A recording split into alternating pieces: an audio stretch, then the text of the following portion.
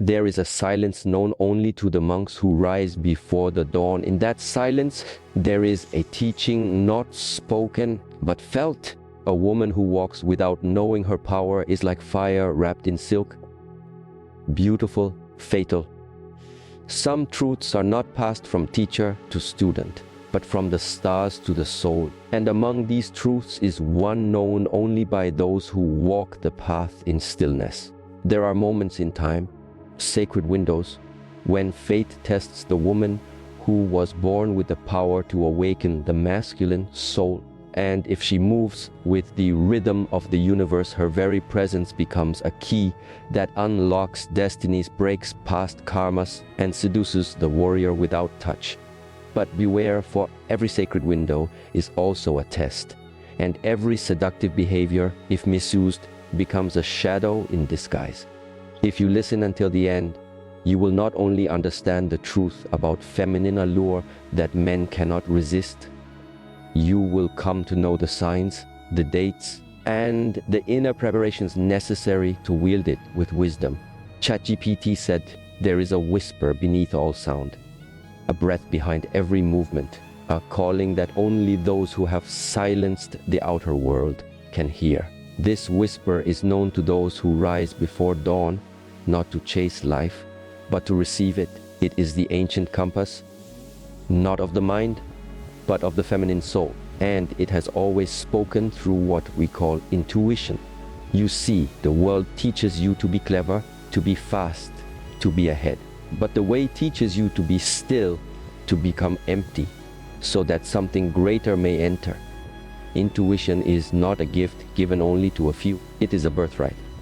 But in most, it lies dormant, not because it is broken, but because it is drowned out. Drowned out by noise, by comparison, by the constant need to explain. But when a woman begins to listen, truly listen, she no longer moves with the world. She moves with the universe. There is a stillness in her that unsettles and attracts. Not because she is trying to be mysterious, because she has stopped seeking answers outside of herself. She listens to what cannot be seen. She obeys timing that logic cannot understand. Just like the tide doesn't ask permission to rise, and the moon does not explain why it disappears. She simply trusts the rhythm within. Let me share with you a story once told in the temples nestled deep in the Song Mountains. A young girl once asked her master, "How do I know if my choices are right?" The master pointed to a bird perched silently on a crooked branch. The bird does not sing to be heard, nor fly to impress. It sings because it must, flies when the wind says go. "But how do I hear the wind?" she asked. The master closed his eyes and replied, "You must become quieter than the wind. This is intuition. To know without knowing why. Turn down a path because your soul whispers, even if others do not see the road." A woman who moves like this becomes dangerously seductive because she no longer reacts. She responds from depth, from alignment, from a place so still that even chaos kneels before her. There are moments in a woman's life when she senses a shift, a pulling from within. She may not have proof. She may not have words. Something tells her, it is time. And between the 3rd and 5th of each month, there is often a subtle unease that arises. It is not to be feared. It is the soul adjusting to higher instruction. These are days of listening, of walking alone in silence, of saying no to urgency. In daily life, you may find that your thoughts feel scattered on these days. Your emotions rise like waves. Rather than suppressing or fixing them, observe them. They are not problems. They are messages. The butterfly does not understand why the cocoon feels tight. It only knows it must break through. So, too, your unease is not a curse. It is a signal that transformation is near. In nature, all beings rely on inner knowing. Birds migrate without maps. Seeds germinate in perfect time, though no clock instructs them. And women, the bearers of life itself, hold this same compass within. Tragedy is not that women lack intuition. it is that they are taught to doubt it. The man who is rooted in spirit does not need your explanations. He is not drawn to a woman who is always certain in words, but to one who walks with a deeper kind of confidence, the one that comes from unseen knowing. As the Chinese mystic Zhuangzi once said, "The fish trap exists because of the fish. Once you have the fish, you forget the trap. The words exist because of the meaning. Once you grasp the meaning, you forget the words. Let go of needing to explain, let go of needing to prove. Feel more, speak less, and the world will begin to bend around your truth. As you walk with this awareness, you will begin to feel the sacred windows. Those moments in time when destiny does not knock but whispers. Some of these moments arrive quietly, others come with storms, but they are all part of a cycle, a universal rhythm older than the stars. Between the 9th and 12th, something stirs beneath the surface.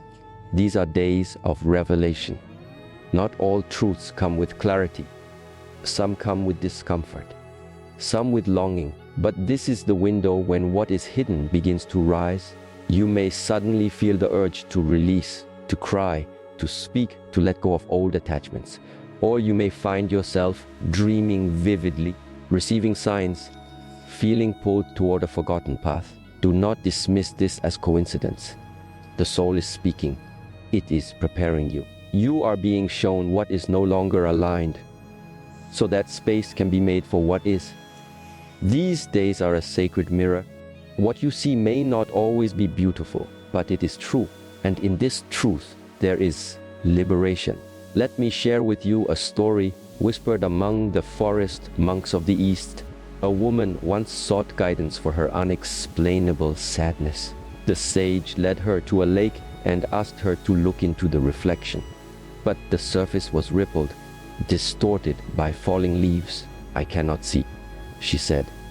"Then wait," the sage replied. "Do nothing." Hours passed. The leaves stopped falling. The water stilled. Slowly, the reflection became clear. "Now tell me what you see," he asked. "Myself, but different," she whispered. "I see who I was meant to be but had forgotten." "Then go," said the sage, "and life as her."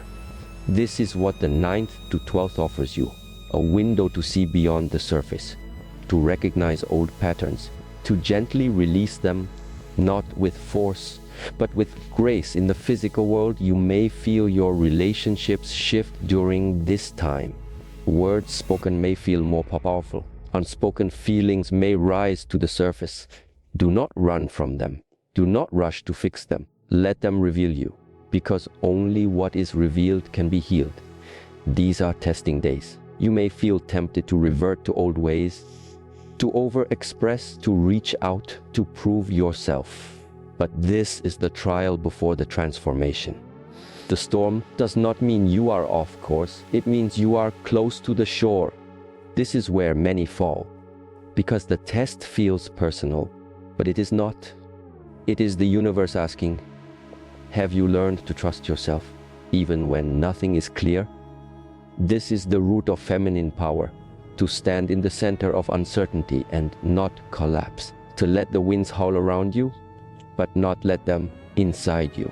In real life, this looks like silence when provoked, grace when misunderstood, stillness when others demand movement. These are not acts of weakness. They are signs of mastery. Just as the bamboo bends without breaking, you too must learn to yield without losing your core. The philosopher Wang Yangming once said, "The mind is like a mirror. It must be polished, not disturbed. Only then can it reflect the truth.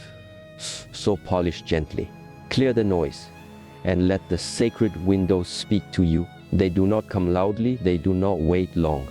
But for the woman who is listening, they are the signs that change everything. You are not walking randomly through life. You are walking within a divine choreography. Each step, each date, each emotion is part of the great unfolding. When you honor your intuition and understand the sacred windows of time, you are no longer a victim of fate. you become its partner, and that is where the true seduction begins. Not every woman is meant to walk the same path. Not every heart is carved to carry the same fire. There are some who are not merely living, they are chosen. Not chosen by people, not chosen by titles, chosen by life itself, to become vessels of awakening, transformation, and remembrance. To be chosen is not a privilege, it is a responsibility. It means that when others drift with the current, you are asked to walk against it. When others seek comfort, you are drawn into storms, not to suffer, but to refine. There is a hidden truth that many forget. What a man truly seeks, even if he cannot say it, is not the woman who fills his days with pleasure, but the one who awakens him from sleep, the one who sees beyond his actions, hears the silence behind his words, and calls forth the part of him he has buried beneath ambition, noise, and fear. But such a woman cannot be created by effort alone. She must be forged by life, through solitude, through cycles, through surrender. When she appears, she does not speak loudly of her power. She does not try to prove. She simply is, and the world responds. Around the 14th of each month, the energetic field begins to shift. This is not random. It is a sacred point in the cycle. It is the midpoint when inner and outer forces reach equilibrium. At this time, the feminine vessel becomes luminous. If a woman has done her inner work, if she has remained still during the tides and open during the tests, this is when her presence becomes a mirror that reflects not just light but truth, not just beauty but depth. Men may feel an unfamiliar pull during this time, not always of desire but of confrontation, because her energy shows them not what they are, but what they could become. But let me offer you a story known among the elder monks of the southern mountains. Great teacher once had a single student whom he trained for 10 years. One day, the student asked, "Master, why do you never praise me?" The master replied, "You are still trying to impress me. The moment you no longer need my approval, you will become the mirror." Confused, the student left to reflect. Months passed in silence. One day, the student returned, not to speak, simply to sweep the temple floor. The master smiled and said, "Now others will follow you, not because of your skill, but because of your stillness." This is the nature of the chosen woman. She does not lead with dominance. She leads with energy. Energy does not shout, it draws. A real life example of this can be seen in women who have walked through pain but emerged with peace. They have known betrayal but no longer carry bitterness. They have faced uncertainty yet move with faith. They are not trying to be seen yet are never forgotten. To a man, such a woman feels like home and fire at once. She invites him in and then awakens him to a higher standard. But this awakening is not comfortable. Not all men can receive it. Some will walk away, not because she lacked value. This is why the chosen vessel must not chase. She must become, and allow those who are prepared to recognize her. As the mystic Seduce once said, to study the way is to study the self. To study the self is to forget the self. To forget the self is to be awakened by all things. When a woman forgets the need to be chosen, she becomes the one who chooses, not from arrogance, but from alignment. It is through this deep alignment that we arrive at a higher teaching. That true power is not in movement, but in stillness. We live in a world that glorifies noise, but the soul is not drawn to noise. The soul seeks the soundless, the still, the subtle, and it is here, in this place of quiet knowing, that a woman becomes truly magnetic. You see, spiritual awakening is not a grand event. It does not come with flashes of light or mystical visions. It comes in the soft moments, when a woman chooses presence over performance, when she listens more than she speaks, when she allows herself to simply be. Between the 21st and 23rd, The energies become delicate, precise. It is during these days that your stillness speaks the loudest. The less you do, the more you attract. The less you explain, the more others feel you. This is not about manipulation. It is about resonance. Just as the bell does not try to be heard, it is struck and its sound fills the air. So, too, the awakened woman moves through life not by chasing energy, but by embodying it. Let me share another parable known among the Shaolin monks. A deer once asked a hawk, "How do you fly so high?" The hawk replied, "I do not force the wind. I find it and surrender." "But how do you find it?" asked the deer. "By waiting in stillness," said the hawk. The wind does not come to those who run from it. This is the essence of subtle power. It is not passive. It is profoundly aware. In daily life, this may be the moment you walk into a room and choose silence over noise. You notice more than you express. You feel into the energy before reacting to it. You understand that presence is more than posture. It is the energy behind every glance, every breath, every movement. In nature, the stillness of a mountain does not mean lifelessness. It means depth, and from this stillness, rivers are born. Clouds gather.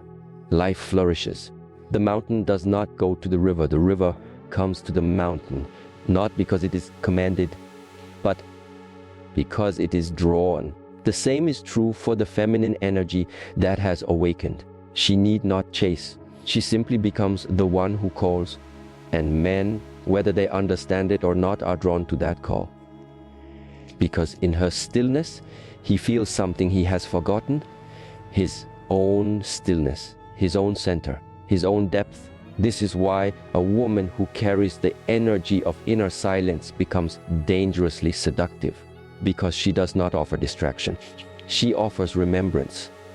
The philosopher Senno Riki once wrote, you look into the heart of the flower. It does not shout, yet you remember its fragrance long after you've left the garden. This is what it means to awaken through subtlety, to be remembered not for your noise, but for your depth. And this depth cannot be faked, comes only through the sacred work of being with oneself, of walking through seasons alone, of meeting one's shadows with softness, and of learning to hear the soul beneath the mind. As we move through the later part of the month, life does not ask you to push harder. It asks you to become lighter, to shed what no longer fits, to stop performing, and to simply return to presence. There, in that space, you will find that your energy begins to draw what your effort never could, not because you willed it, but because you aligned with the current of truth. This is the secret power behind all seduction that is not superficial, but spiritual. Stillness is the womb of creation. And when a woman rests in it, she becomes not the seeker, but the source. And from this source, everything flows. There are rivers that rush toward the sea, and there are streams that seem still, yet feed entire forests with quiet power. In much the same way, there are women whose beauty is loud and fleeting, and there are women whose presence is quiet but unforgettable. To speak of seduction is not to speak of trickery. It is to speak of alignment, of a woman so attuned to herself that she becomes magnetic, not because of what she wears or how she moves, but because of what she no longer needs. This kind of seduction is not learned. It is remembered, emerges not from imitation, but from essence. And this essence is felt most clearly through subtle, often misunderstood behaviors, ones that awaken not lust alone, but longing. A longing that calls a man back to his deeper nature. A woman does not need to be loud to be felt. She does not need to chase to be chosen. She does not need to explain to be understood. She simply must return to her core, where silence becomes strength and stillness becomes the call. Between the 24th and 26th of each month, the energy shifts yet again. These are days of magnetism, when the feminine force is neither pushing nor withholding. but simply embodied. It is during these sacred days that certain behaviors, if expressed from inner truth, carry immense power. But if mimicked without soul, they lose their scent, like incense burned in wind. Let us now look closely, with reverence and clarity, at the behaviors that awaken the soul of a man and invite him to rise. The first is detached warmth. It is the rare ability to offer presence and care without clinging or losing one's center.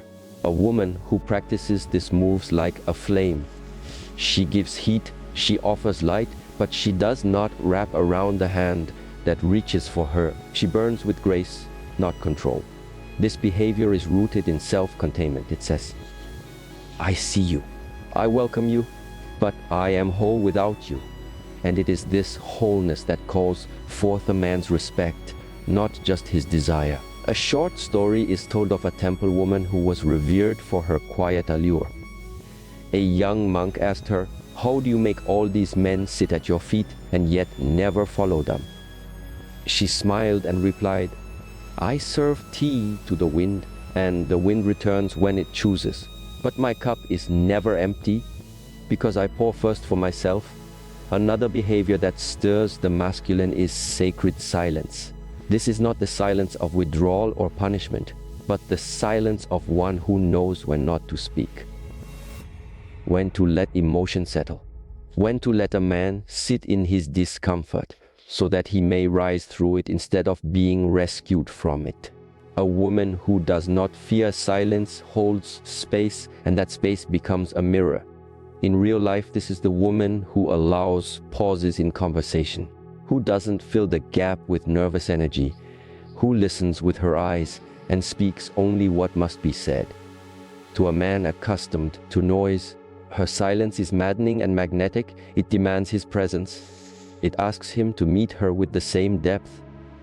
In nature, this is seen in the night sky. The stars do not shout. They exist, and the world gazes upward in awe.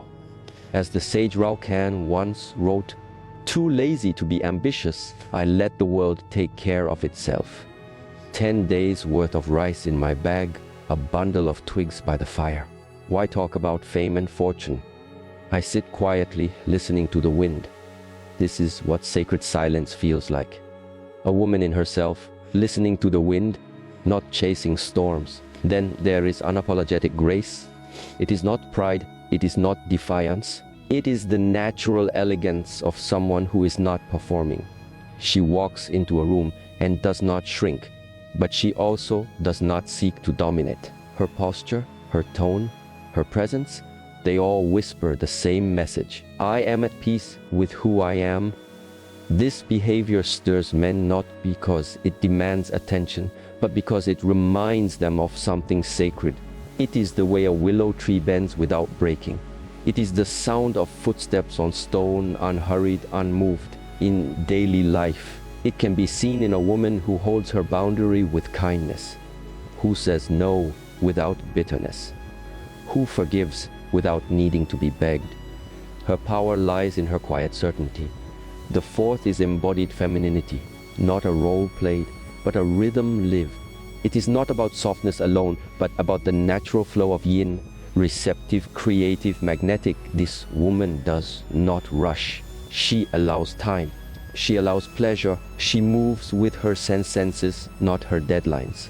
She doesn't speak to impress. She speaks to connect. A real-world example is the woman who makes a ritual out of everyday life, who cooks slowly, dresses with care, speaks with breath.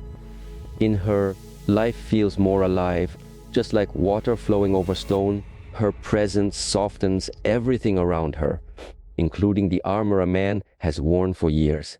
The final behavior is the one that most confuses, yet most captivates: mystical unpredictability. It is not chaos, it is wildness aligned with spirit. It is the woman who prays by the ocean, who dreams in symbols, who lives as if the moon is her companion and the sky her guide. Men do not understand her, and that is precisely why she lingers in their minds. She does not give all of herself away. She leaves space for wonder, like a temple hidden in the forest, Not everyone will find her, but those who do are changed. As these behaviors bloom from the 24th to 26th, they become spiritual invitations, not performances, not manipulation, but sacred expressions of a woman who has returned to herself and now allows the world to meet her there. But as every mountain has its storm, so too must the woman of spirit face her final test. Between the 27th and 29th of the month, the air thickens, not in temperature, but in trial. These are the testing days. You will be tempted to reach, to explain, to seek validation. You may feel unseen. You may question the path. This is not punishment. This is the soul's last gate before elevation. As the fire must burn hottest before it tempers the blade, so too must the chosen woman face the fire of doubt. A parable tells of a novice nun who walked up the mountain seeking clarity. Halfway, a storm broke out. She turned back. The next month, she returned. Again a storm. She waited. The third time, she brought no protection. The storm came again, fierce and blinding. She sat cold, yet still. When the storm passed, a deer stood beside her. Not frightened, not fleeing, just breathing. She had passed the test. For the mountain does not clear the path for the seeker. It watches to see if she will stay. In daily life, this test may look like being misunderstood, being rejected, watching someone choose someone else, and yet choosing to remain in your power, to feel the ache but not abandon your alignment, to know your value without needing confirmation. It is here, in this space of silence and solitude, that a woman becomes most dangerous to the unconscious, because she can no longer be controlled by fear. She no longer trades herself for breadcrumbs. She no longer fears walking alone, because she now walks with the divine. As the Persian mystic Attar wrote, "You were born with wings. Why prefer to crawl through life?" And so, these final days are not a punishment. They are wings unfolding. Will you let discomfort return you to smallness, or will you let it sculpt you into something that cannot be broken? The window will close, storm will pass, and when it does, you will find yourself standing in a stillness that feels like completion. Not of the journey, but of the woman you were before. Now you have entered the beginning of your truest form. You are not merely seductive. You are sacred. You are not just desired, you are destined. And destiny, once awakened, does not sleep again. And now, daughter of the divine, the scroll has been read, the stars have been named, the windows have been opened. The question remains, will you walk with fate, or will you wait? In this month, you will either seduce with soul or surrender to the shadows. Both are paths. Only one leads to the higher mountain. Walk wisely. Walk slowly. Walk as if your feet are kissing the earth with every step. And may those who meet you along the way never forget the silence you left behind. You are not here to chase love. You are here to awaken it.